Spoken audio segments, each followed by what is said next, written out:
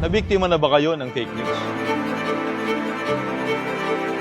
Dahil napakaraming misleading social media content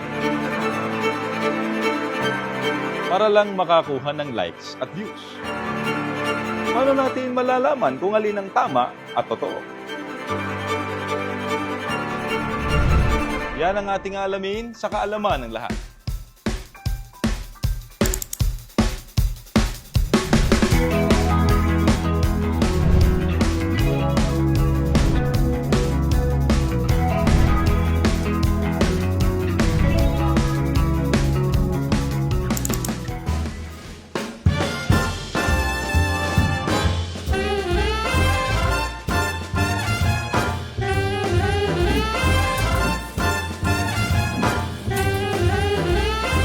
Sa panahon ngayon, kahit saan ka lumingon, talaga namang marami kang nakikitang nagmamahal. Nagmamahal ang presyo ng gulay, bigas, karne, pati gasolina. Napakamahal. Hindi, biro lang. Huwag tayong maging bitter sa happiness ng iba. Sabi nga nila, pagka daw dumarating ang buwan ng Pebrero, talaga namang love is in the air.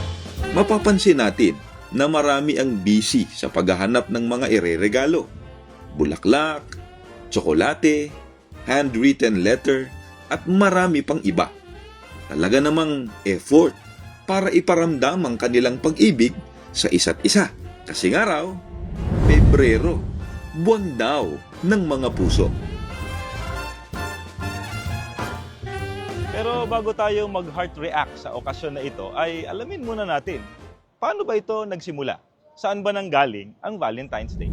Nagmula ang pagdiriwang ng Araw ng Mga Puso sa pagdiriwang ng Lupercalia sa Roma na isinasagawa tuwing February 15. Ito ay isang pagan celebration kung saan ginagawa ang mga fertility rituals bilang pagpupugay sa kinikilala nilang ancient Roman god of fertility na si Lupercus.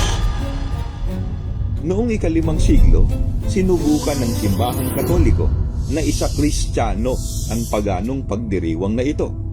Noong taong 436, binago ni Gelasius ang pagdiriwang ng Lupercalia na ginaganap tuwing ika-15 ng Pebrero at pinalitan ito ng araw ni San Valentin tuwing ika-14 ng Pebrero. Take note mga kaibigan, ang Valentine's Day ay isa na naman palang isinakristyano paganong pagdiriwang.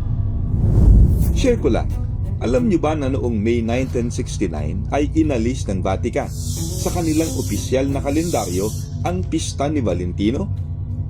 Bakit? Dahil kulang ang ebidensyang siya ay tunay na nabuhay.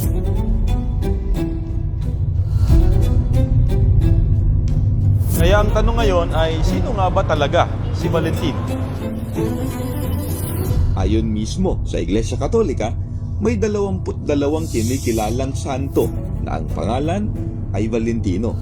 At ayon sa kanilang mga sanggunian, may 3 alamat o legends lamang na iniuugnay sa Valentine's Day.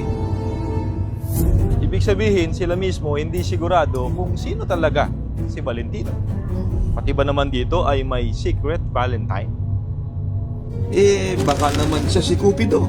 Si Cupido, ang karakter na karaniwang iginuguhit na batang mataba, may pakpak, may daladalang palaso, at kaya daw pilitin ang puso mong magmahal kahit ayaw mo. Hindi siya si Valentino. Siya daw ay anak ni Venus, isang Diyos-Diyosa ng pag-ibig ng mga Romano.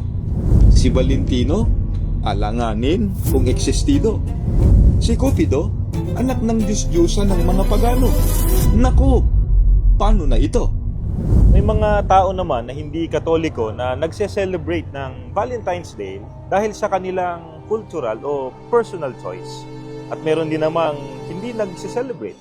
Kabilang dito, ang mga kaanib sa Iglesia ni Cristo. Kaya, tinatanong ng iba, ang ganito. Bakit ang INC ay hindi nagse-celebrate ng Valentine's? Bitter ba kayo? Ang OA nyo naman? Hindi ba pwedeng mag-pause muna sa life at i-celebrate ang pagmamahalan? Bakit hindi na lang kayo sumabay na sa uso para hindi kayo nababash? Yan ang ating aalamin sa kaalaman ng lahat.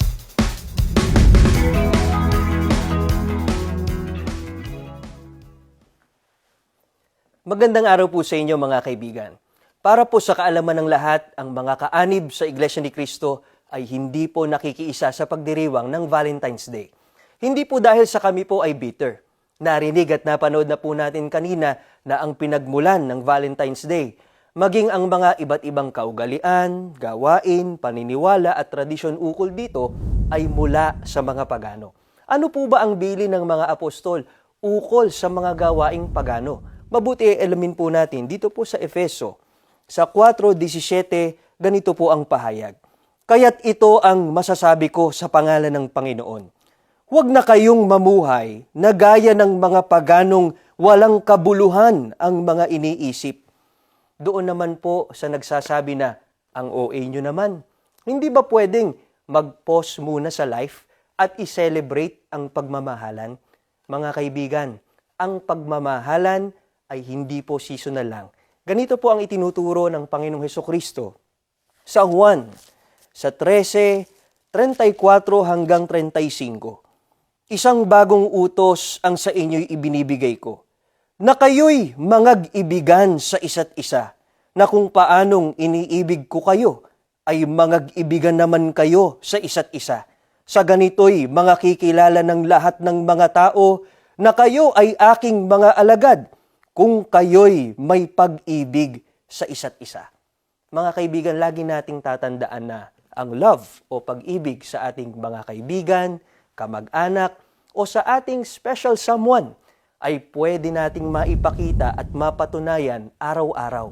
Hindi nangangailangan na Valentine's Day lang. Lalo pa nga at ang Valentine's Day ay gawaing pagano. Doon naman po sa mga nagsasabi na, bakit hindi na lang kayo sumabay sa uso para hindi kayo nababash? Ganito naman po ang mababasa po natin mula sa Biblia. Sa Roma 12:2.